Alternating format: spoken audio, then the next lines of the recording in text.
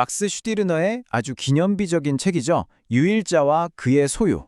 오늘부터 이 책의 첫 번째 부분 한 인간의 삶이라는 장을 시작으로 그 깊고 도발적인 사상의 세계로 한번 들어가 보겠습니다.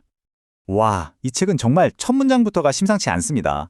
슈티르나는 여기서 아주 강렬한 선언을 하는 거예요. 삶이라는 건 그냥 가만히 있으면 평화롭게 주어지는 게 아니라는 거죠. 오히려 적극적으로 싸워서 쟁취해야 하는 대상이라는 겁니다.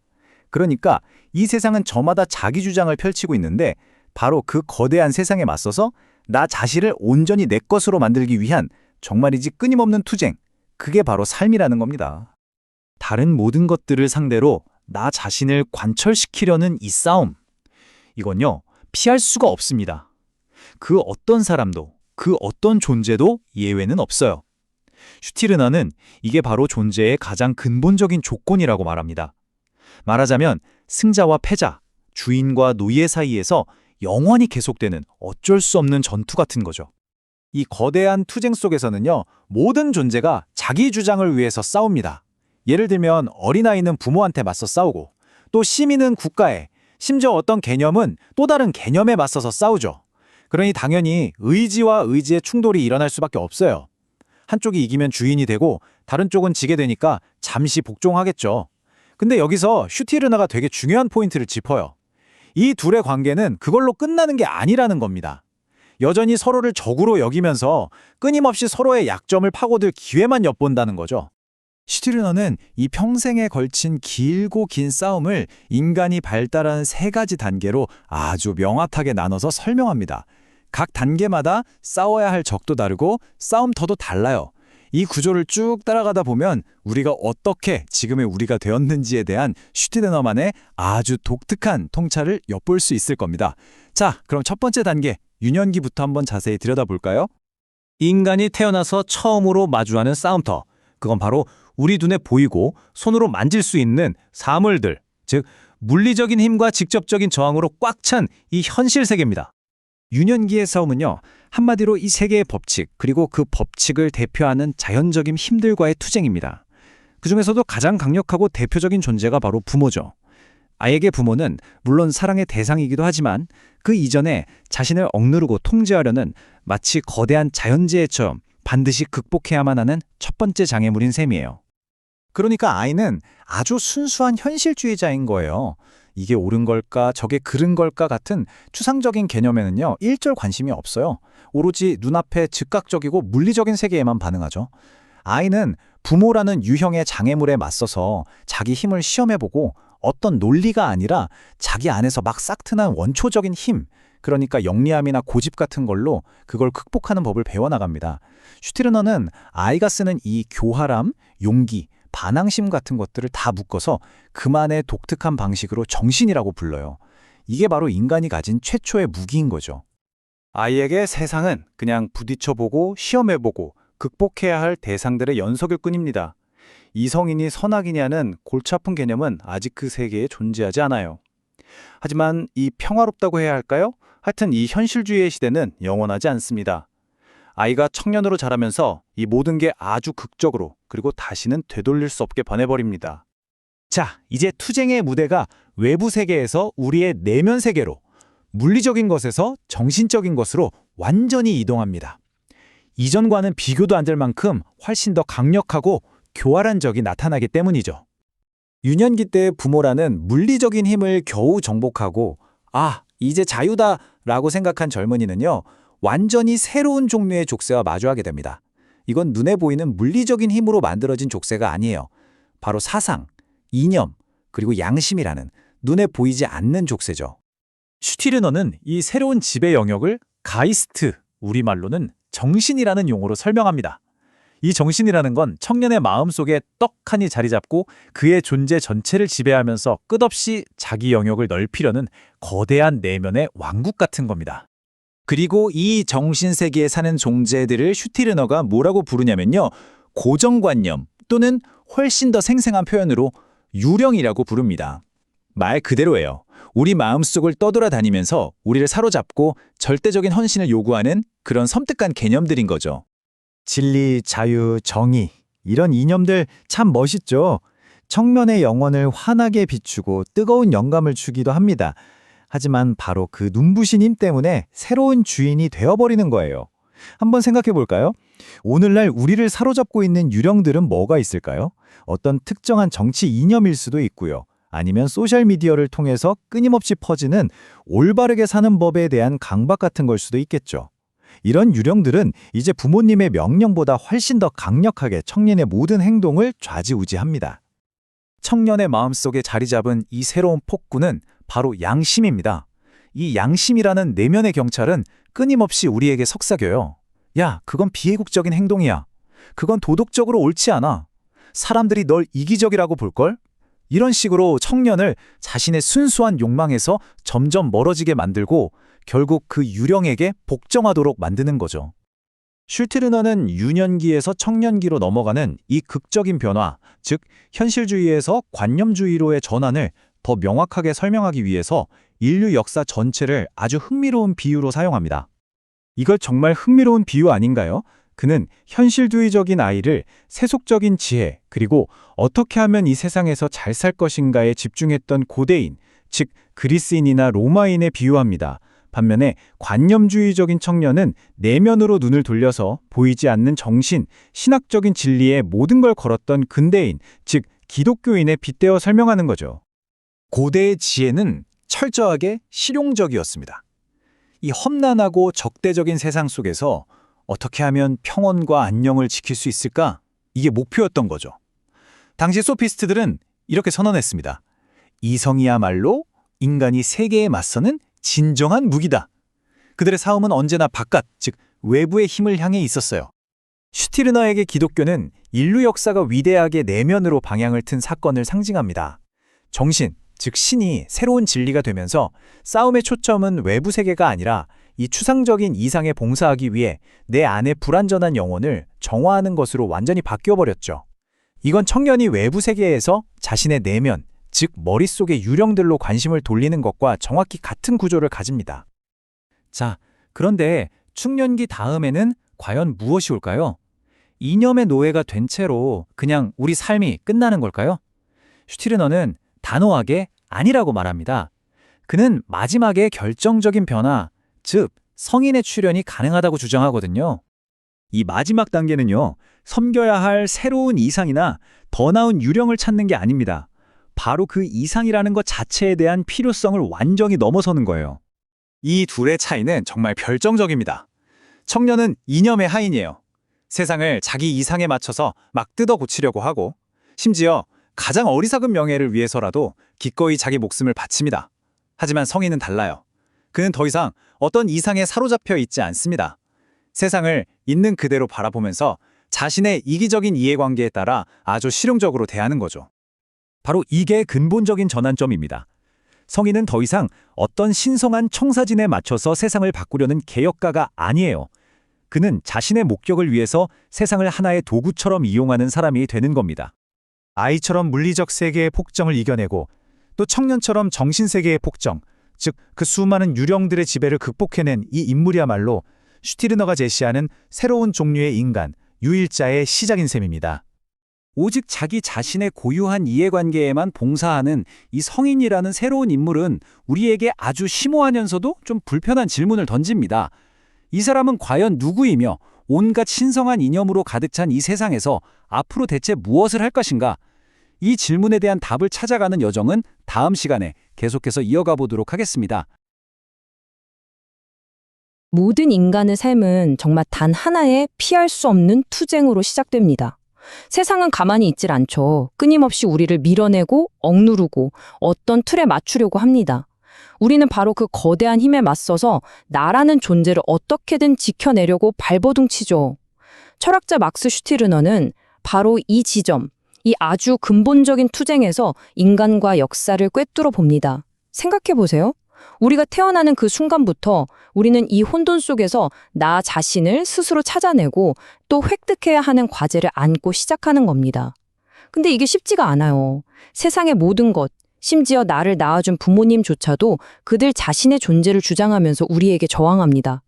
슈티르너는 바로 이 피할 수 없는 충돌이야말로 삶 그 자체, 삶의 본질이라고 말하는 겁니다. 자, 그럼 슈티르너는 이 복잡하게 짝이 없는 투쟁을 어떻게 설명할까요? 여기서 아주 흥미로운 틀 하나를 제시합니다. 바로 우리 한 사람, 한 사람의 인생 그 자체를 모델로 삼는 거죠. 그는 우리의 삶이 아주 뚜렷하게 구분되는 세 개의 단계로 나뉜다고 봤습니다. 그리고 정말 놀라운 건 뭐냐면요. 이 한 개인의 성장 단계를 차근차근 따라가다 보면 인류 역사 전체를 관통하는 거대한 패턴, 거대한 그림을 발견할 수 있다고 주장한다는 점입니다. 한 사람의 인생이 곧 인류의 역사라는 거죠. 그가 제시하는 세 단계는 이렇습니다. 첫째는 유년기의 현실주의자, 둘째는 청년기의 이상주의자, 그리고 마지막 성년기의 이기주의자입니다. 각 단계는 정말 뚜렷한 특징을 가지고 있어요.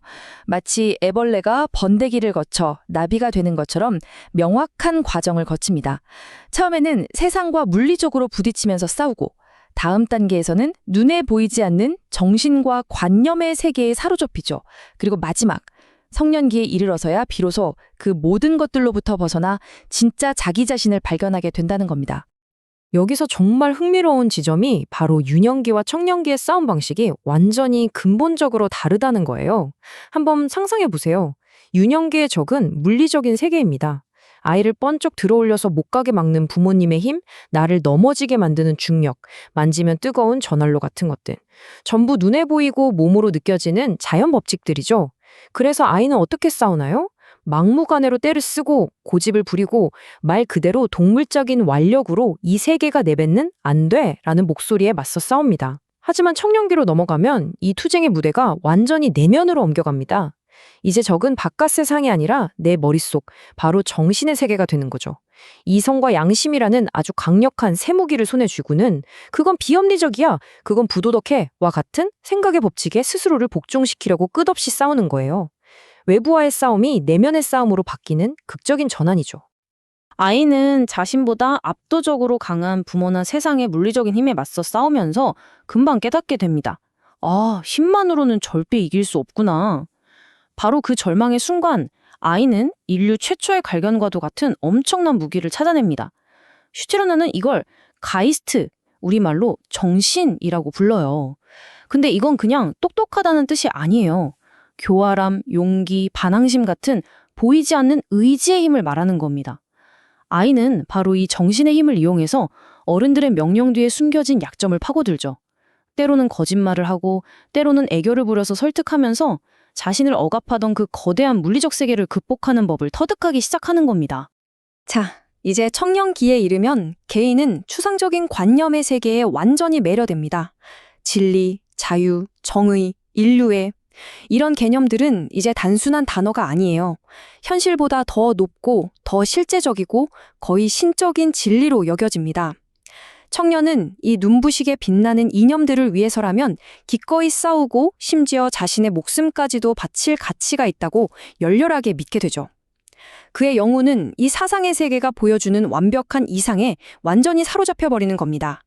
슈티르너의 표현을 빌리자면 그는 이념에 충실한 노예가 되는 셈이죠. 하지만 이 열정의 시기가 지나고 성년기에 이르면 이 모든 관점이 또 한 번 180도 뒤바뀝니다. 성숙한 개인에게 세상은 더 이상 넘어서야 할 물리적인 장애물도 아니고 목숨 바쳐 헌신해야 할 신성한 인형도 아니에요. 세상은 그냥 있는 그대로의 세상일 뿐입니다.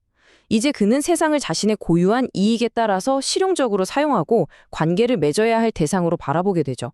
더 이상 세상이나 이상에 휘둘리지 않고 오직 자신의 현실적인 이해관계를 바탕으로 행동하는 겁니다. 완전히 새로운 관점을 갖게 되는 거죠. 자, 여기까지가 한 개인의 이야기였습니다. 이제 슈티르너는 정말 대담하고도 거대한 도약을 시도합니다.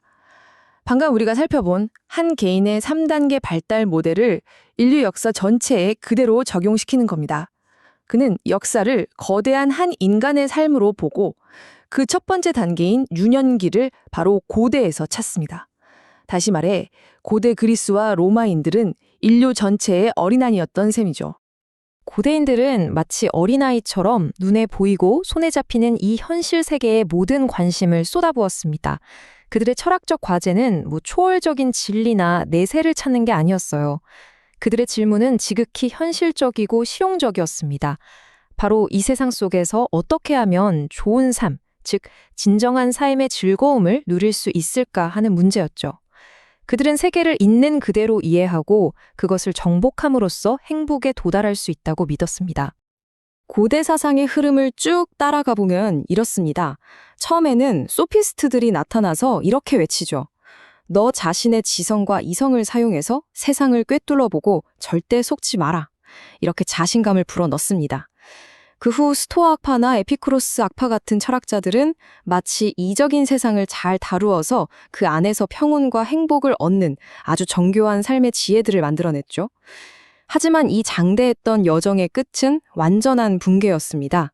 회의주의자들이 나타나서 이 모든 노력이 헛수고라고 선언해버린 겁니다.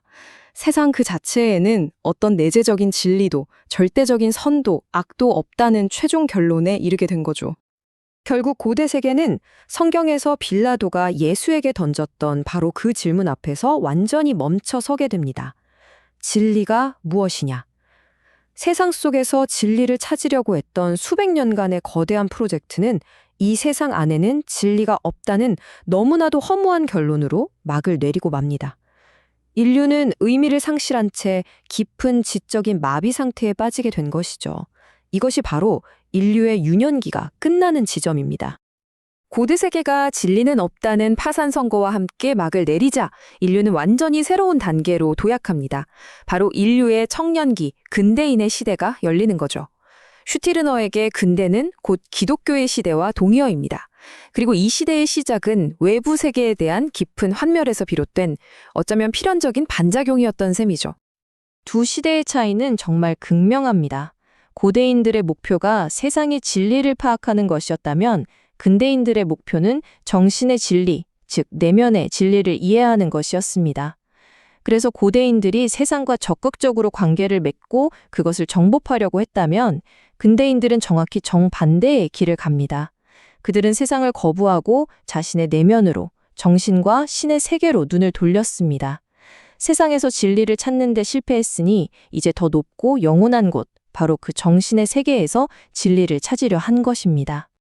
바로 이 지점에서 슈티르너의 가장 중요하고도 독창적인 개념 중 하나인 비미, 베세센하이트가 등장합니다. 근대인들은 정신을 새로운 진리의 원천으로 떠받들면서 아주 역설적이게도 그 정신에 사로잡히게 됩니다. 마치 자신이 상상해서 만들어낸 유령의 쉬인 것처럼 말이죠. 이제 인간은 자신의 생각을 지배하는 주인이 아니라 진리, 신, 선과 같은 거대한 관념에 의해 지배당하는 존재가 되어버립니다. 정신이 주인이 되고 인간은 그것에 빙의 된 숙주가 되어버린 셈이죠. 슈티르너는 이 결과를 아주 신랄하게 묘사합니다. 근대인들이 세상을 온통 영적인 것으로 만들어버리자 우리가 발딛고 사는 이 현실 세계는 마치 유령처럼 희미하고 불가해한 것이 되어버렸다고 말합니다. 그리고 그 결과는 뭘까요? 인간 자신마저도 실체가 없는 유령, 즉 정신이라는 유령이 깃든 텅 빈 껍데기가 되어버렸다는 겁니다. 이건 결국 현실 세계뿐만 아니라 자기 자신으로부터도 완벽하게 소외되는 정말 심오한 비극을 의미하는 거죠. 이렇게 인간이 스스로 만들어낸 정신에 빙의 되는 상태는 결국 개인 위에 군림하는 새로운 신들을 만들어냅니다.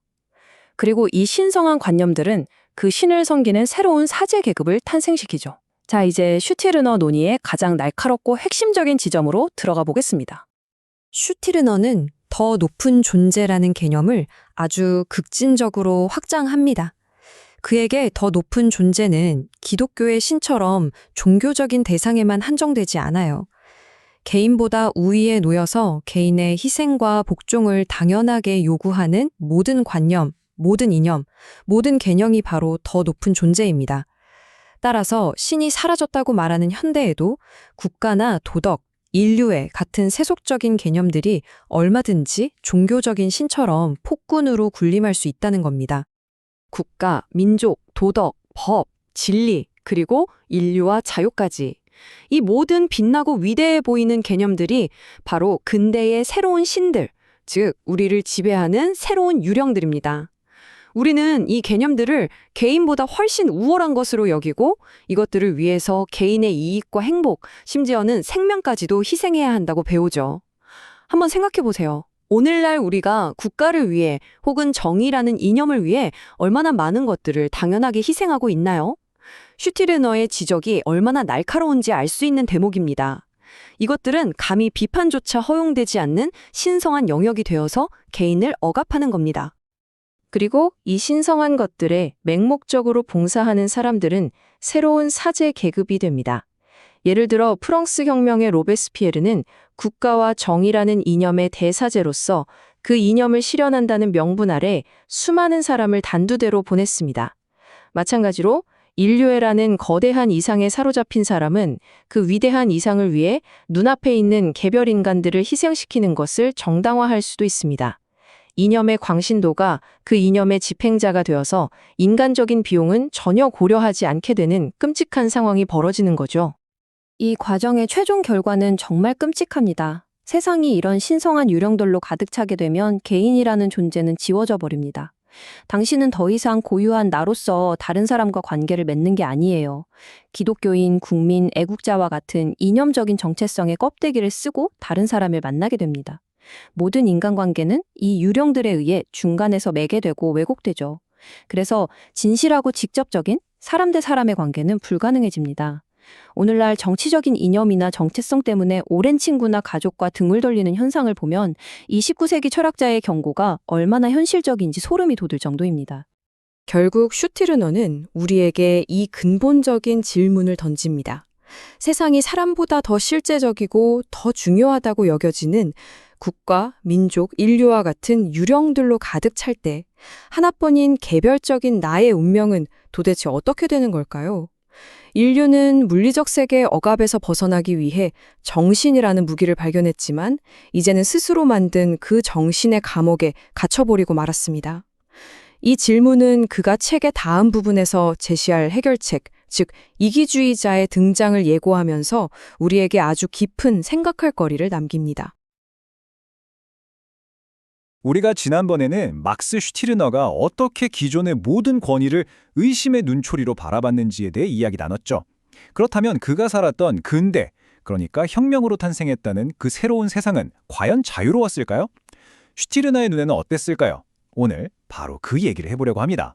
근대 사회가 그토록 신성하게 여기는 자유, 국가, 사회라는 개념의 가면을 슈티르너가 얼마나 날카롭게 벗겨내는지 그 여정을 함께 따라가 보시죠. 자, 오늘 우리가 함께 걸어갈 길입니다. 먼저 낡은 주인이 사라진 자리에 어떤 새로운 주인이 들어섰는지 만나볼 거고요. 그 다음엔 정치적 자유주의라는 이름의 부르주아 국가를 해부해 볼 겁니다. 이어서 사회라는 재단 위에 세워진 사회적 자유주의를 들여다보고 이 모든 것을 지배하는 궁극의 유령, 바로 인간이라는 개념에 도달하게 될 겁니다.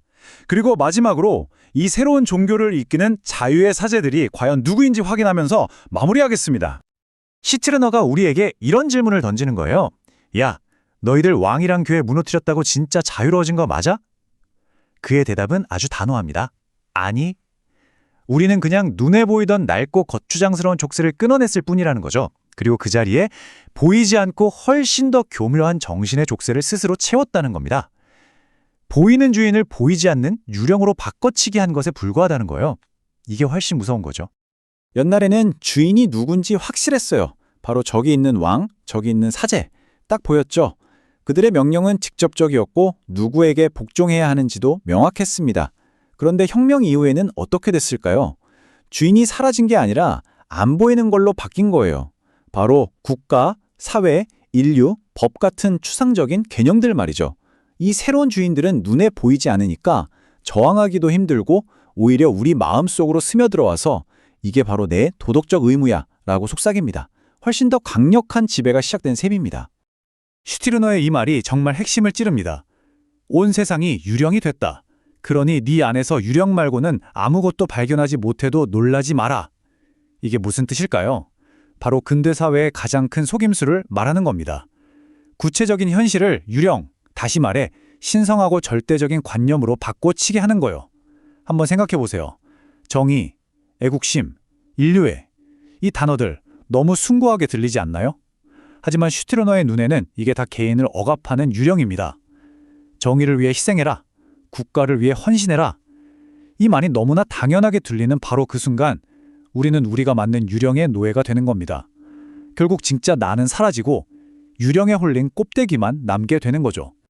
자, 그럼 이 새로운 주인들, 이 유령들이 구체적으로 어떤 얼굴을 하고 있는지 한번 볼까요? 그 첫 번째 주자가 바로 무대 위에 등장합니다. 보르주아 혁명이 만들어낸 근대 국가, 즉 정치적 자유주의입니다. 이 흐름, 보통 해방의 역사처럼 배우잖아요. 근데 슈티르나는 이걸 완전히 다르게 봅니다. 자, 이야기의 시작은 결국 돈이었어요. 왕이 돈이 필요했죠. 그런데 돈을 가지려면 이 모든 건 내 거다 라고 해야 하잖아요. 그런데 삼부회라는 걸 열어서 돈 좀 달라고 승인을 받으려 한 순간 게임이 끝난 겁니다. 사람들이 깨달은 거죠. 주인이 왕이 아니라 우리였네. 그래서 권력은 인민에게 있다고 선언했지만 슈티르너 눈에는 이게 그냥 주인이 왕이라는 한 사람에게서 법, 국민이라는 보이지 않는 개념으로 바뀐 것뿐이에요. 더 세련되고 더 빠져나가기 힘든 감옥이 만들어진 거죠. 슈티르너의 주장은 진짜 간단하고 강력해요. 모든 국가는 독재다. 그 독재자가 한 명이든 여러 명이든 상관없다. 이 말입니다. 이게 무슨 소리냐? 왕이 내 맘대로 할 거야 하는 거랑 다수가 이게 법이니까 따라 하는 거랑 내 고유한 의지를 억압한다는 점에서 본질적으로 뭐가 다르냐는 거예요. 국민 주권이요? 듣기엔 좋죠. 하지만 결국 그것도 다수의 뜻이라는 이름으로 나를 억압하는 또 다른 독재자일 뿐이라는 겁니다. 이 표를 보면 정말 명확해져요. 겉모습만 싹 바뀐 거예요. 본질은 그대로인데. 옛날에는 변덕스러운 왕 개인의 눈치를 봤다면 이제는 법이라는 아주 차갑고 감정도 없는 주인님 눈치를 봐야 하는 거죠. 시민의 의무라는 이름으로요. 내 재산도 예전엔 왕이 그래 가져라 해야 가졌는데 이젠 국가가 보호해줄게 라는 명분 아래에서만 가질 수 있어요. 결국 법의 테두리라는 보이지 않는 울타리 안에 갇힌 건 똑같다는 겁니다. 우리는 보통 국가가 우리를 지켜준다고 생각하잖아요. 근데 슈티르나는 천만에라고 말합니다. 국가는 우리 개개인을 보호하는 게 아니라 국가라는 그 개념 자체를 지키기 위해 존재하는 기계라는 거예요. 그래서 끊임없이 우리한테 착하게 살아라, 도덕적으로 살아라 요구하는 거죠. 그리고 자기 말 안 들을 것 같은 생각, 즉 악의 속삭임은 검열하고 처벌하면서 싹을 잘라버립니다. 결국 국가는 개인을 위한 게 아니라 국가라는 유령을 먹여 살리기 위해 우리를 길들이는 장치에 불과하다는 겁니다. 자, 그런데 말이죠. 이렇게 법 앞에서 모두가 평등하다는 이 정치적 자유, 이게 진짜 모두에게 공평한 자유를 가져다 줬을까요? 바로 여기서 이 시스템의 결정적인 허점이 드러납니다. 그리고 이 허점 때문에 사람들은 또 다른 형태의 자유주의를 찾게 되죠. 바로 이겁니다. 정치적 자유주의의 가장 큰 거짓말이 여기서 드러나요. 국가는 모든 시민을 평등하게 보호한다고 하지만 실은 뭘 보호할까요? 사람의 노동이 아니라 그 노동으로 만들어낸 재산을 신성하게 여깁니다. 그럼 어떻게 될까요? 당연히 재산이 많은 부르주아는 국가의 든든한 백을 얻게 되고 가진 거라곤 몸뚱이 하나, 노동력밖에 없는 프롤레타리아는 그냥 착취당하는 거죠. 모두가 평등한 시민이라는 건 결국 가진 자들만의 잔치였던 겁니다. 이러니 노동자들이 국가를 적으로 보게 되는 건 너무나 당연한 일 아니겠어요? 슈티르너의 이 말은 정말 정치적 자유주의의 심장에 칼을 꽂는 말이에요. 국가는 노동이 노예 상태일 때만 존재한다. 노동이 자유로워지면 국가는 끝장이다. 이게 무슨 뜻이겠어요? 국가라는 시스템 자체가 노동자를 쥐어짜야만 굴러간다는 폭로인 거죠. 만약 노동자들이 내 노동이 이렇게 힘이 센 거였어? 이제 너희를 위해 일 안 해. 이건 다 내 거야. 라고 선언하는 순간 국가를 떠받치던 기둥이 와르르 무너져 내린다는 겁니다. 자, 이 불안한 상황에서 새로운 대안이 등장합니다. 부르주아 국가가 이렇게 문제가 많다는 걸 본 사람들이 이거다 하고 새로운 해결책을 들고 나옵니다. 바로 사회적 자유주의, 우리가 아는 공산주의죠. 와, 겉으로 보기에는 모든 문제를 해결해 줄 것 같은 아주 멋지고 급진적인 생각처럼 보입니다. 자, 이들의 논리를 한번 따라가 볼까요? 1단계, 사유재산 때문에 불평등이 생긴다. 문제 맞죠? 2단계, 그럼 사유재산을 없애버리자. 해결책처럼 보이죠? 3단계, 그럼 그 재산은 누가 갖느냐? 사회가 갖는다. 여기서부터 좀 이상해지죠? 마지막 4단계, 그럼 개인은 사회를 위해 일할 의무가 생긴다. 슈티르너 눈에는 이게 그냥 주인을 바꾼 것뿐이에요. 그것도 더 무서운 주인으로요. 정치적 자유주의가 명령은 국가만 할 수 있어 했던 것처럼 사회적 자유주의는 소요는 사회만 할 수 있어 라고 하는 겁니다. 개인은 또다시 알거지가 되는 거죠. 슈티르너는 이것도 그냥 종교라고 딱 잘라 말합니다. 옛날에는 신을 위해, 국가를 위해 나를 바쳤다면 이제는 사회라는 새로운 신 앞에 나를 제물로 바치라는 거예요. 사회적 의무라는 아름다운 꿈, 사회가 우리에게 모든 걸 줄 거니까 우리는 사회에 모든 걸 빚졌고 사회를 위해 봉사해야 한다. 이게 바로 새로운 종교의 교리라는 겁니다. 슈티르너가 보기에 이게 최악인 이유가 있어요. 단순히 재산을 빼앗기는 게 문제가 아니에요. 더 무서운 건 나만의 것을 갖고 싶다는 그 마음, 그 욕망 자체를 죄악시하게 만든다는 겁니다. 당신은 이제 독립된 개인이 아니에요. 그냥 사회라는 거대한 기계의 부품, 누더기를 걸친 빈민이 되는 겁니다. 당신의 노동, 당신의 삶, 심지어 당신의 생각까지도 이제 당신 것이 아니에요. 다 공동체의 것이죠. 나만의 생각? 그건 이기적인 거예요. 오직 모두의 생각만이 가치 있는 것이 됩니다. 정말 끔찍하지 않나요? 자, 이제 슈티르너 비판의 가장 깊은 곳으로, 그 심장부로 들어가 보겠습니다. 국가, 사회, 이런 거대한 유령들을 넘어서 이 근대 세계 전체를 지배하는 마지막 보스, 최종 흑막의 정체를 폭로합니다. 슈티르너는 마치 왕조의 계보를 그리듯이 최고 권력자가 어떻게 바뀌어왔는지 보여줍니다. 처음엔 하늘에 있던 절대자, 신이었죠. 그 왕좌를 지상의 국가가 물려받았어요. 그리고 국가는 다시 사회라는 집단에게 자리를 내줬습니다. 그리고 마침내 그 마지막 왕좌에 오른 최종 보스는 바로 인간이라는 새로운 신입니다. 겉모습은 계속 바뀌었지만 나보다도 높은 곳에서 나에게 복종을 요구하는 지배자라는 본질은 하나도 변하지 않은 거죠. 여기서 말하는 인간, 이거 절대로 오해하면 안 됩니다. 지금 살아 숨쉬는 당신이나 저 같은 구체적인 한 사람 한 사람을 말하는 게 아니에요. 이건 인간이라면 마땅히 이래야지 하는 어떤 이상적인 모델, 하나의 유령 같은 거예요.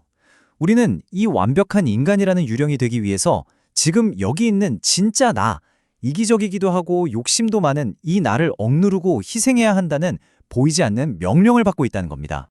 슈티르너가 보기에 이게 바로 종교의 최종 진화 형태입니다. 왜냐? 인간이라는 이 새로운 신은 더 이상 저 멀리 하늘에 있지도 않고 국가처럼 밖에 있지도 않아요. 어디에 있느냐? 바로 우리 마음속에 들어와 버렸습니다. 양심, 진정한 자아, 인간다움이라는 이름으로요.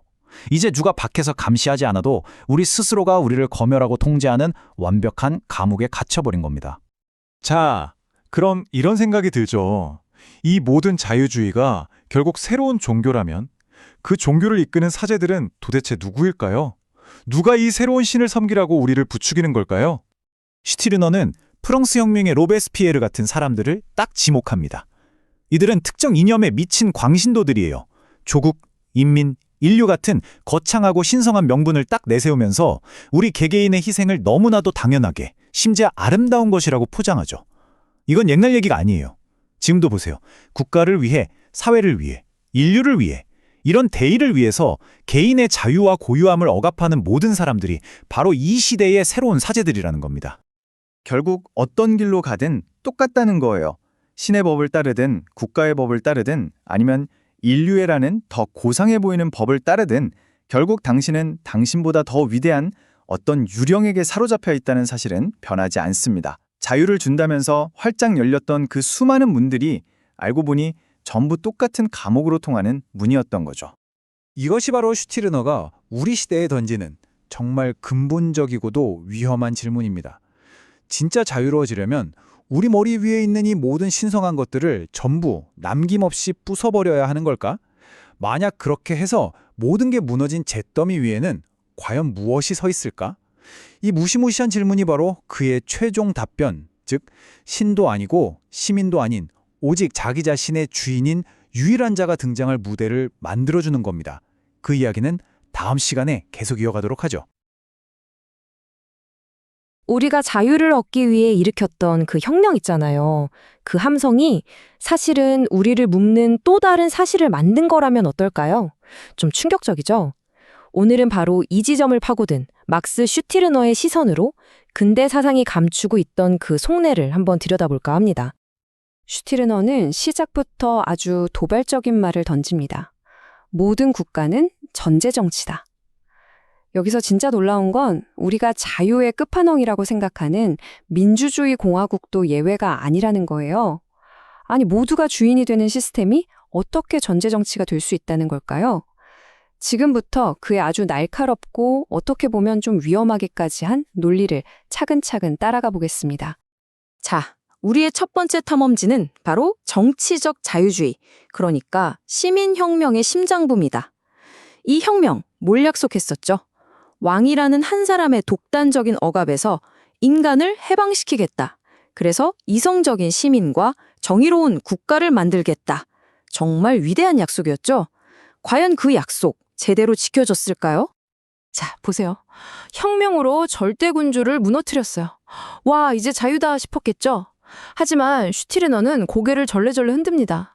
아니, 그건 그냥 주인만 바뀐 거야 라고 말하는 거죠.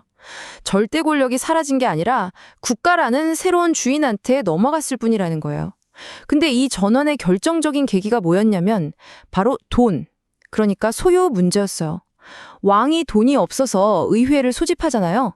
바로 그 순간 사람들이 깨달은 겁니다. 잠깐만. 이 나라의 진짜 주인, 이 재산의 진짜 주인은 왕이 아니라 바로 우리였네? 하고요. 바로 이 깨달음이 권리를 가진 시민을 만들어냈고 이제 인민이 모든 권력의 원천이다라는 새로운 시대가 열린 거죠. 그때 미라보가 외쳤던 것처럼 말이에요. 모든 권리는 인민에게서 나온다고요. 좋습니다. 이제 모든 권력이 인민의 손에 들어왔어요. 그럼 개인은 정말로 마침내 자유로워진 걸까요? 아니면 눈에 보이지 않는 더 거대한 감옥에 갇히게 된 건 아닐까요? 슈트리너가 보기에 이 변화는요, 그냥 가면만 바꿔 쓴 연극이랑 똑같았어요.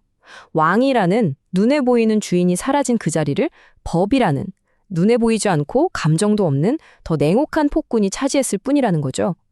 생각해보세요. 법 역시 나에게 복종해! 라고 명령하는 외부의 힘이라는 점에서는 왕이랑 다를 게 없잖아요. 부르주아 시대는 그래서 합법성의 시대라고도 불립니다. 그들은 이성적인 법이라는 아주 그럴듯한 이름으로 개인을 통치하고 우리를 인류라는 거대한 이상 아래 종속시키는 거죠. 선량한 마음가짐을 가져라. 이게 바로 부르주아 국가의 아주 교활한 통치 방식입니다. 겉으로는 당신이 부자든 가난하든 우린 신경 안 써요 하면서 뒤로는 당신의 생각, 당신의 내면 세계를 철저하게 통제하려고 하거든요. 사악한 속삭임으로부터 당신을 보호한다는 멋진 명분으로 검열을 하고 교사나 언론인처럼 선의를 가진 사람들을 동원해서 당신의 생각을 교묘하게 조종합니다. 결국 어떻게 됐나요? 신에 대한 두려움은 사라졌을지 몰라도 그 빈자리를 인간이라는 이름의 새로운 신, 즉 국가에 대한 두려움이 완벽하게 대체해 버린 겁니다. 바로 이 지점에서 결정적인 문제가 드러납니다. 국가는 재산을 보호해요. 그리고 그 재산 질서에 충성하는 사람들을 보호하죠. 그렇다면 가진 것 하나 없고 잃을 것도 없는 사람들, 그러니까 프롤레타리아는 이 시스템 안에서 대체 어떤 존재가 되는 걸까요? 슈티르너는 이 시스템이 필연적으로 프롤레타리아, 즉 무산계급을 만들어낼 수밖에 없다고 봤어요. 왜냐하면 그들의 노동은 그 자체로 존중받는 게 아니라 오직 자본가의 이익을 불려주기 위한 수단으로 착취당할 뿐이니까요. 국가의 최우선 목표는 소유자의 재산을 지키는 겁니다. 그러니 재산이 없는 노동자는 그 존재 자체가 국가 시스템에 대한 잠재적인 위협이 될 수밖에 없죠. 그래서 노동자 계급은 이 시민의 왕국에서 영원한 이방인이자 적으로 남게 됩니다. 슈티르너는 그래서 이렇게 단언하는 겁니다. 노동이 진짜로 자유로워지는 그날 국가는 무너진다 라고요. 노동자 계급이 느꼈던 바로 이 불의와 모순이 우리를 근대 사상의 다음 단계로 이끌게 됩니다. 바로 사회적 자유주의 혹은 우리가 아는 공산주의죠. 자, 이 슬라이드가 슈티르너의 통찰력을 정말 잘 보여주는데요. 그는 사회주의를 진정한 해방이 아니라 그냥 똑같은 실수를 반복하는 또 다른 형태의 예속으로 봤어요. 정치적 자유주의자들이 누구도 명령하면 안 돼! 라고 외치면서 결국 모든 권력을 국가라는 추상적인 존재한테 넘겨버렸잖아요. 그것처럼 사회주의자들은 누구도 소유하면 안 돼! 라고 외치면서 모든 소유권을 사회라는 또 다른 거대한 우상에게 몽땅 바쳐버렸다는 겁니다. 패턴이 똑같다는 거죠. 사회주의자들은 국가라는 신을 사회라는 새로운 신으로 갈아치웁니다. 그리고 법에 대한 복종은 이제 사회적 의무에 대한 헌신으로 바뀌죠. 사회가 우리에게 필요한 모든 걸 주니까 우리는 당연히 사회에 모든 걸 바쳐야 해! 라는 어떻게 보면 참 아름다운 꿈이죠. 하지만 슈티르너가 보기엔 이건 역시 모든 걸 베푸는 은혜로운 존재에게 무조건 봉사해야 한다는 아주 낡은 종교적 사고방식의 재탕일 뿐입니다. 사회주의자들은 사유재산만 없애면 인간 해방이 완성될 거라고 굳게 믿었어요. 하지만 슈티르너는 여기서 훨씬 더 근본적인 질문을 던집니다. 좋아, 물질적인 소유가 사라졌다고 치자. 그렇다고 해서 개인의 고유한 의식까지 정말 자유로워질 수 있을까? 슈티르너는 사회주의자들이 진짜 중요한 걸 놓쳤다고 비판해요. 바로 고유성의 문제죠. 돈이나 물건보다 훨씬 더 근본적인 소유물이 있다는 겁니다. 바로 나만의 생각, 나만의 감정, 나만의 개성 같은 것들이요. 이것들까지도 집단에 의해 빼앗길 수 있다는 거죠. 사회주의자들은 눈에 보이는 재산만 공유하면 평등해질 거라고 생각했지만 슈티르너는 아니라고 봤어요. 눈에 보이지 않는 고유성이라는 재산이 개인에게 남아있는 한 그들이 말하는 완벽한 평등은 불가능하다는 겁니다. 결국 그들도 개인의 모든 것을 인간이라는 보편적인 이상의 가치라고 요구하는 또 다른 사제에 불과하다는 거죠. 자, 이제 우리는 가장 교활하고 강력한 형태의 지배와 마주하게 됩니다. 바로 인도주의적 자유주의인데요. 이건 너무나 숭고하고 보편적인 개념이라서 아무리 똑똑하고 비판적인 사람이라도 자신도 모르게 그 앞에 무릎을 꿇게 만드는 그런 진리의 폭정입니다. 슈테르너는 우리를 지배하는 이런 거대한 개념들을 유령이라고 불렀어요. 예를 들면 신, 국가, 사회, 인류, 진리 이런 것들이요. 원래는 다 인간이 만들어낸 생각일 뿐인데 어느 순간 우리 머리 꼭대기에 올라서서 우리에게 복종을 요구하는 신성하고 감히 도전할 수 없는 존재가 되어버렸다는 겁니다. 슈티르너는 바로 이것들이야말로 현대의 진짜 폭군이라고 말합니다. 이 슬라이드를 보면 슈티르너의 핵심 주장이 한눈에 들어옵니다. 인류의 역사를 한마디로 요약하면 그냥 하나의 유령을 다른 유령으로 바꿔치기 해온 과정에 불과했다는 거예요. 신이라는 유령한테서 벗어났더니 국가라는 유령이 나타나고 국가에서 벗어나니 사회가, 사회에서 벗어나니 이번엔 인간이라는 새로운 유령이 우리를 기다리고 있었다는 거죠. 진리, 자유, 인류 이런 말들은 너무나 숭고해서 우리에게 영감을 주는 것 같지만 결국 우리에게 희생을 강요하고 우리를 지배하는 새로운 주인의 또 다른 이름일 뿐이라는 겁니다. 프랑스 혁명의 가장 급진적인 혁명가였던 로베스피에르나 생지스트를 한번 떠올려 보세요. 슈티르너는 그들을 해방자로 보지 않아요. 오히려 조국이라는 추상적인 신을 섬기는 광신도, 사제들로 봅니다. 그들은 조국이라는 이상을 위해서 살아있는 진짜 인간들을 제물로 바치는 걸 주저하지 않았죠. 생지스트가 조국에 대한 신성한 사랑에는 뭔가 끔찍한 구석이 있다고 외쳤을 때 그는 바로 개별적인 인간의 생명보다 추상적인 이념을 더 중요하게 생각하는 그 위험한 사제의 정신을 스스로 드러낸 셈입니다. 자, 그럼 신이든 국가든 진리든 그 어떤 더 높은 이상에 복종하는 게 다 노예 상태라면 대체 대안은 뭘까요? 어떻게 살아야 할까요? 그 대안을 찾기 위해 슈티르너는 우리에게 아주 익숙한 인물 소크라테스의 이야기를 꺼냅니다. 그런데 우리가 알던 그 영웅적인 모습과는 완전히 다른 정말 충격적인 해석을 내놓습니다. 슈티르너의 관점에서 소크라테스는 영웅이 아니라 그냥 바보였습니다. 아니 왜? 우리가 아는 그 위대한 철학자를 말이죠. 슈티르너의 논리는 이렇습니다. 첫째, 소크라테스는 아테네 법정이라는 자기 바깥에 있는 권위한테 나를 심판할 권리가 당신들에게 있습니다 하고 스스로 인정해줘 버렸다는 거예요. 둘째, 자기가 그냥 아테네라는 공동체의 부품 정도로만 생각했다는 거죠.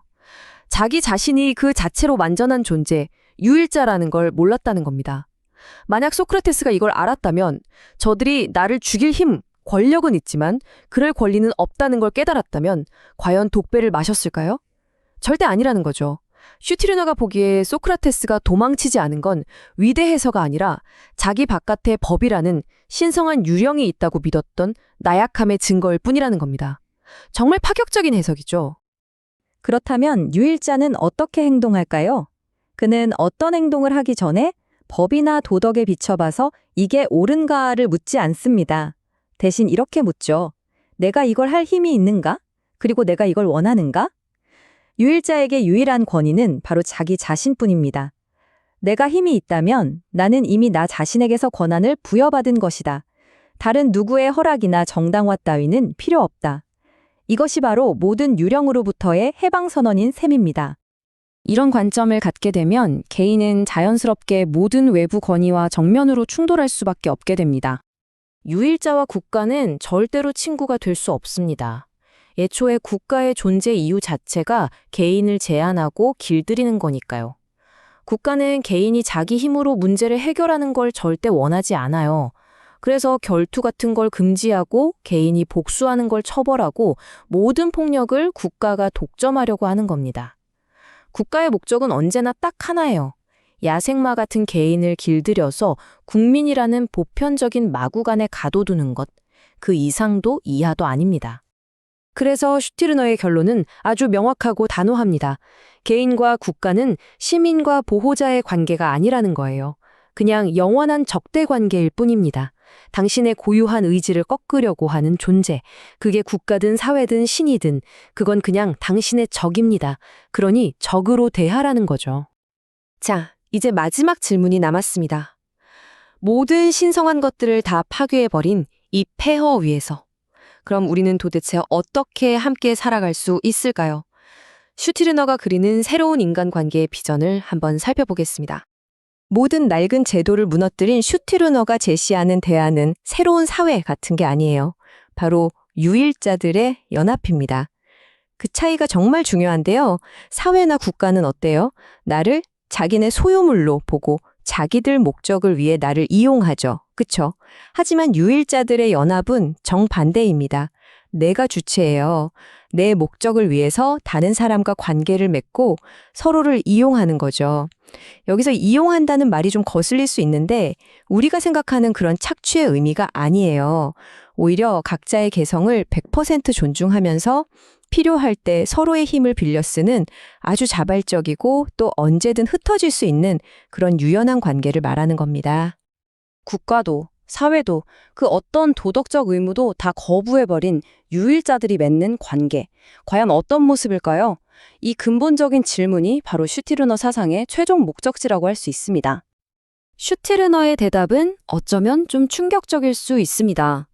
신성한 의무나 이타적인 사랑이 모두 사라진 세계, 오직 서로의 필요와 이익에 따라서만 끊임없이 맺어지고 또 끊어지는 관계. 과연 이런 세계가 가능할까요? 이 이기주의자들의 연합에 대한 더 깊은 이야기는 다음 시간에 계속해서 풀어가 보도록 하겠습니다. 지난 시간 우리는 도덕이라는 인간의 정신을 올가매는 가장 교묘한 유령을 해부했었죠. 자, 이제 막스 슐트르너와 함께하는 여정, 그 대단원의 막을 내릴 시간입니다. 신, 국가, 사회, 도적, 이 거대한 유령들을 모두 불태워버린 잿더미 위에서 슐트르너는 마침내 마지막이자 가장 끈질긴 망령과 마주합니다. 그건 바로 인간이라는 개념 그 자체, 그리고 그로부터 파생된 근대의 가장 신성한 가치들이죠. 이 도발적인 문장, 이게 바로 이번 마지막 장 전체를 꿰뚫는 핵심 아이디어입니다. 슈티르너는 신을 죽였다고 선언한 무신론자들이 사실은 조금도 자유로워지지 않았다고 봐요. 왜냐? 그들은 그냥 낡은 신의 텅 빈 왕좌에 인간이나 인류 같은 새로운 신을 올려놓았을 뿐이라는 거죠. 결국 숭배할 대상을 바꾼 것에 불과한 여전히 무언가에 자기 자신을 바쳐야만 직성이 풀리는 경건한 사람들이라는 겁니다.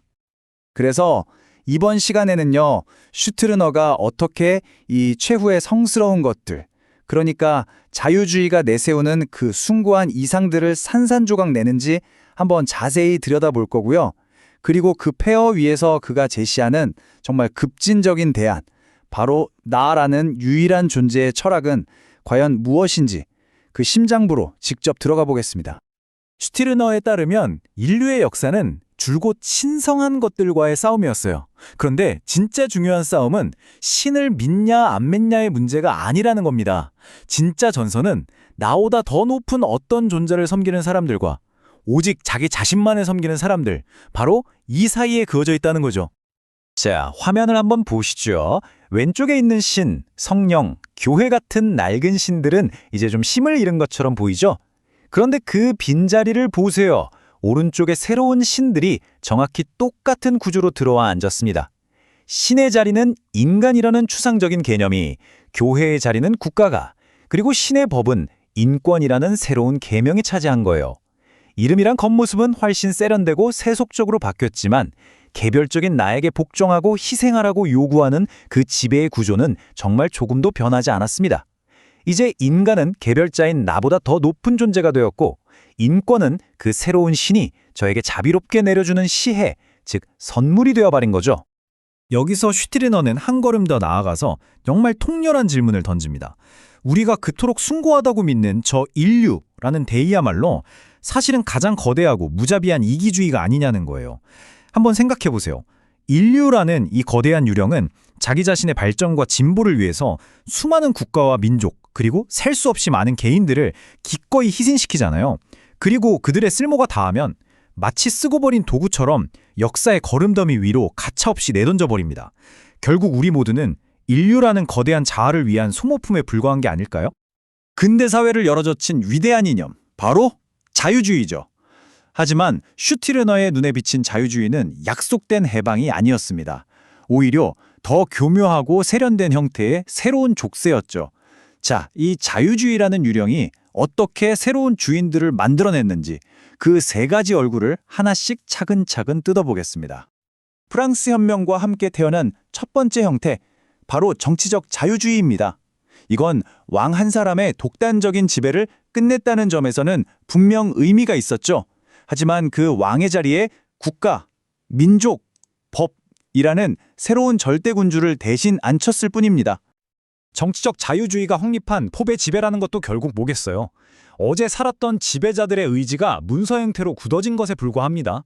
살아있는 나는 그 낡은 의지에 복종할 의무를 지게 되는 거죠.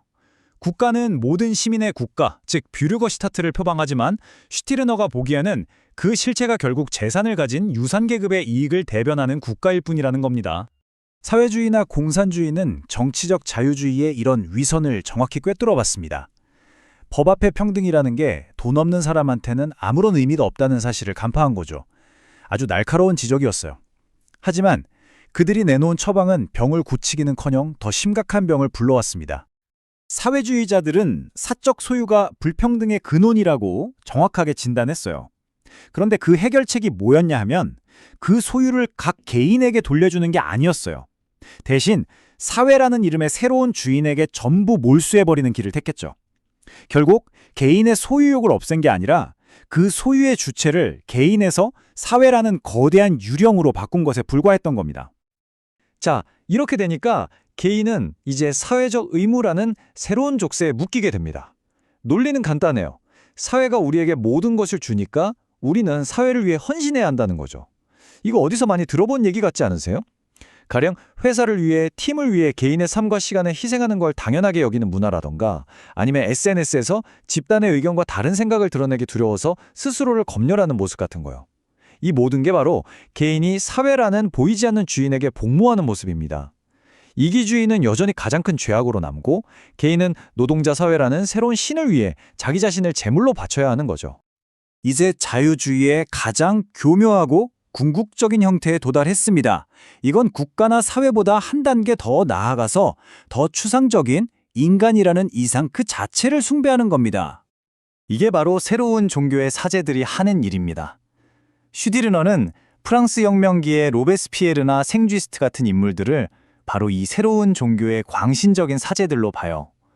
그들은 인류의 해방이라는 거룩한 이상을 위해서 눈앞에 살아있는 실제 인간들을 단두대로 보내는 것을 조금도 주저하지 않았으니까요. 자, 이 표가 모든 걸 요약해줍니다. 결국 자유주의의 세 가지 얼굴은 전부 똑같은 걸 요구하고 있어요. 정치적 자유주의는 국가라는 신을 위해서 당신의 고유한 의지를 바치라고 하고요. 사회적 자유주의는 사회라는 신을 위해서 당신의 소유를 포기하라고 말합니다. 그리고 가장 교활한 인간주의적 자유주의는 인류라는 신을 위해서 당신 자신, 즉 당신의 자기 소유 전체를 희생하라고 명령하죠. 결국 주인만 계속 바뀌었을 뿐 나는 여전히 노예인 셈입니다. 슈티르너는 이렇게 근대의 모든 우상들을 정말 남김없이 파괴해버립니다. 그럼 이런 질문이 들죠. 이 모든 게 거짓이라면, 이 모든 게 나를 억압하는 유령이라면 도대체 뭐가 남는 걸까요? 만약 이 세상이 신성한 권리에 의해 움직이는 게 아니라면 과연 무엇이 이 세상을 지배하는 걸까요? 슈티르나의 대답은 정말 충격적입니다. 민주공화국을 포함한 이 세상의 모든 국가는 본질적으로 전제 정치라는 거예요. 왜냐고요? 법이라는 게 결국 어제의 사람들이 만든 규칙, 다시 말해 과거의 의지가 오늘의 살아있는 나를 지배하는 것이기 때문입니다. 나의 살아있는 의지는 법이라는 박제된 형태로 얼어붙고 나는 그 유령에 묶여서 살아가게 되죠. 이게 어떻게 자유일 수 있겠습니까? 그래서 슈티르너는 혁명과 본기를 아주 날카롭게 구분합니다. 혁명은요, 외부의 낡은 질서를 무너뜨리고 새로운 질서를 세우는 집단적인 행위예요. 하지만 결국 또 다른 주인, 새로운 헌법, 새로운 국가를 만들 뿐이죠. 개인은 여전히 새로운 주인의 신민으로 남게 됩니다. 반면에 본기는 완전히 다릅니다. 이건 외부 세계를 바꾸는 게 아니에요. 나 자신이 더 이상 지배받지 않겠다고 결심하고 일어서는 지극히 개인적이고 이기적인 행위입니다. 세상이 바뀌던 말던 나는 나 자신을 주인들의 지배로부터 해방시키는 것, 그게 바로 본기입니다. 바로 이겁니다. 이게 슈티르너 철학의 심장이에요. 세상에는 신이나 국가 혹은 인류가 부여하는 그런 신성한 권리 같은 건 존재하지 않는다는 겁니다. 그런 건 전부 유령일 뿐이죠. 존재하는 건 오직 하나, 나의 힘뿐입니다. 내가 무언가를 원하고 그것을 가질 힘이 있다면 그걸로 충분합니다. 나의 행위는 나 자신의 힘에 의해서 정당화되는 것이지 그 어떤 외부의 허가나 도덕적인 승인도 필요 없다는 거죠. 소크라테스의 사례가 이 점을 아주 명확하게 보여줍니다. 그는 악법도 법이다 라고 말하면서 아테네 법정의 권리를 인정하고 스스로 독배를 마셨죠.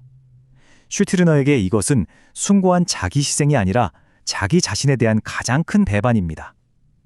소크라테스는 법정의 권리를 인정하는 그 순간 그들의 신민, 즉 노예가 되어버린 거예요. 만약에 그가 그 상황을 권리의 문제가 아니라 단순히 자신을 죽이려는 적들과의 힘의 대결로 봤다면 어땠을까요? 그의 유일한 관심사는 법준수라는 추상적인 의무가 아니라 자신의 힘으로 그 상황을 어떻게든 벗어나서 살아남는 것이었을 겁니다. 좋습니다. 그러면 권리가 아니라 힘에 기반한 세상은 대체 어떤 모습일까요?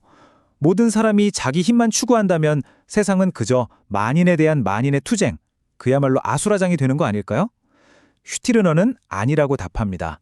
그는 국가나 사회를 대체할 새로운 관계 맺음의 방식을 제시하거든요. 그게 바로 이기주의자들의 연합입니다. 이건 우리가 충성을 바쳐야 할 신성한 공동체나 한번 들어가면 빠져나올 수 없는 그런 계약 관계가 절대 아니에요. 그냥 각자의 이익과 쾌락을 위해서 필요에 따라 자유롭게 모이고 또 흩어지는 관계일 뿐입니다. 친구 몇 명이 모여서 같이 게임을 하는 걸 한번 생각해 보세요. 그들은 게임을 즐기기 위해서 자발적으로 모였고 게임이 끝나거나 재미없어지면 언제든지 흩어질 수 있잖아요. 게임 동호회라는 조직이 그들을 소유하는 게 아니라 그들 각자가 자신의 즐거움을 위해서 동호회를 이용하는 거죠. 이기주의자들의 연합은 바로 그런 겁니다. 나의 목적을 위한 도구이지 나를 지배하는 주인이 아닌 거죠. 이런 이기주의자가 세상을 대하는 태도는 아주 단순하고 직접적입니다. 첫째, 나는 이 세상을 온전히 즐기고 싶다는 욕망을 긍정합니다. 둘째, 그러기 위해서는 이 세상이 다른 누군가의 것이 아니라 바로 나의 소유가 되어야 한다고 생각하죠. 셋째, 그래서 나는 나의 힘을 사용해서 세상을 나의 것으로 만듭니다. 여기에는 그 어떤 신성한 관념이나 도덕적인 망설임도 끼어들 틈이 없어요. 소유권도 마찬가지입니다. 소유권이라는 신성한 권리는 없어요. 오직 내가 무언가를 취하고 그것을 지킬 수 있는 힘이 있을 뿐입니다. 당신의 소유는 당신이 그걸 지킬 힘이 있는 동안만 당신의 것이라는 거죠. 따라서 가난한 사람과 부유한 사람의 갈등은 부자의 자선이나 국가의 복지정책 같은 그런 시혜적인 방법으로는 절대 해결될 수 없다고 봐요. 오직 가난한 자들이 스스로 힘을 키워서 자신에게 필요한 것을 부자로부터 빼앗아 올 때만 해결될 수 있다고 슈티르는 아주 단호하게 주장합니다. 자, 이제 우리는 마침내 슈티르너 철학의 가장 깊은 곳, 그 모든 논의가 결국 귀결되는 바로 그 지점에 도달했습니다. 신, 국가, 사회, 인류라는 모든 족쇄를 끊어버린 이 개인, 이 주인 없는 존재는 과연 누구일까요? 슈티르너는 말합니다. 당신은 당신의 본질이 아니라고요. 사람들은 당신을 한국인, 남성 또는 여성, 회사원, MZ세대 같은 수많은 꼬리표로 정의하려고 하죠. 하지만 그 모든 건 당신이 가진 여러 속성, 당신의 소유물일 뿐입니다.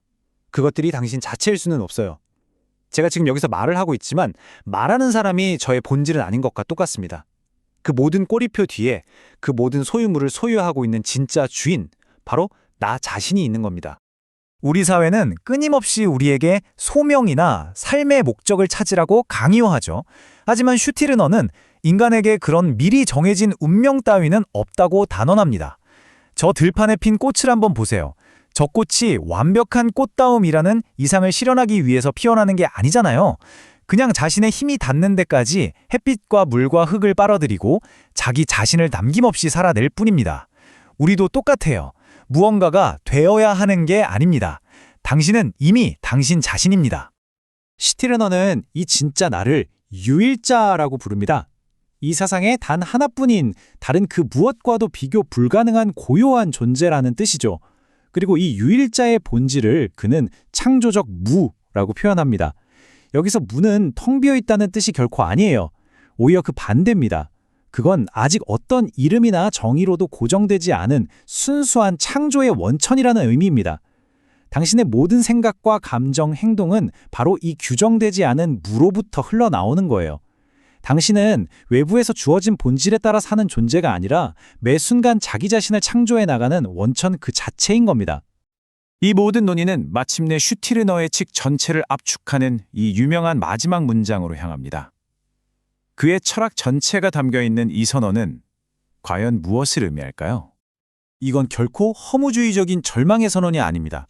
오히려 가장 완전하고 철저한 자기긍정의 선언이죠. 허무에 걸었다는 건 내 삶의 근거를 그 어떤 위대하고 신성한 대의에도 두지 않겠다는 뜻입니다. 내 삶의 이유는 신에게 있지도 않고 국가나 인류의 발전 혹은 자유나 평등 같은 고귀한 이념에 있지도 않습니다. 나의 유일한 대의는 오직 나 자신, 이 유일하고 언젠가는 죽을 운명이며 지금 이 순간 살아 숨쉬는 창조적 무인, 바로 나 자신뿐이라는 거죠.